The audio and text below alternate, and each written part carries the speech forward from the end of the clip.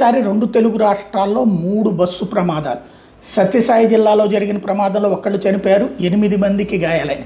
నల్గొండ జిల్లాలో జరిగిన ప్రమాదంలో 4గురికి గాయాలైన. నల్గొండ జిల్లా అద్దంకి నార్కెట్పల్లి దగ్గర జరిగింది, వేములపల్లి మండలం బొగ్గబావి దగ్గర. అలాగే తెలుగు రాష్ట్రాల్లో టోటల్గా 3 ప్రమాదాలు చోటు చేసుకున్నాయి. ఏలూరు జిల్లా, సత్యసాయి జిల్లా ఆంధ్రాలో, అటు పక్కన వచ్చేటప్పటికినేమో తెలంగాణలో జాబిలి నగర్ ఏలూరు జిల్లాలో జరిగింది. అట్లాగే సత్యసాయి జిల్లాలో వచ్చేటప్పటికి అక్కడ దామాజిపల్లి దగ్గర జరిగింది. అట్లాగే తెలంగాణలో వచ్చేటప్పటికి బొగ్గబావిపాలెం నల్గొండ జిల్లాలో జరిగినటువంటి ఇన్సిడెంట్స్.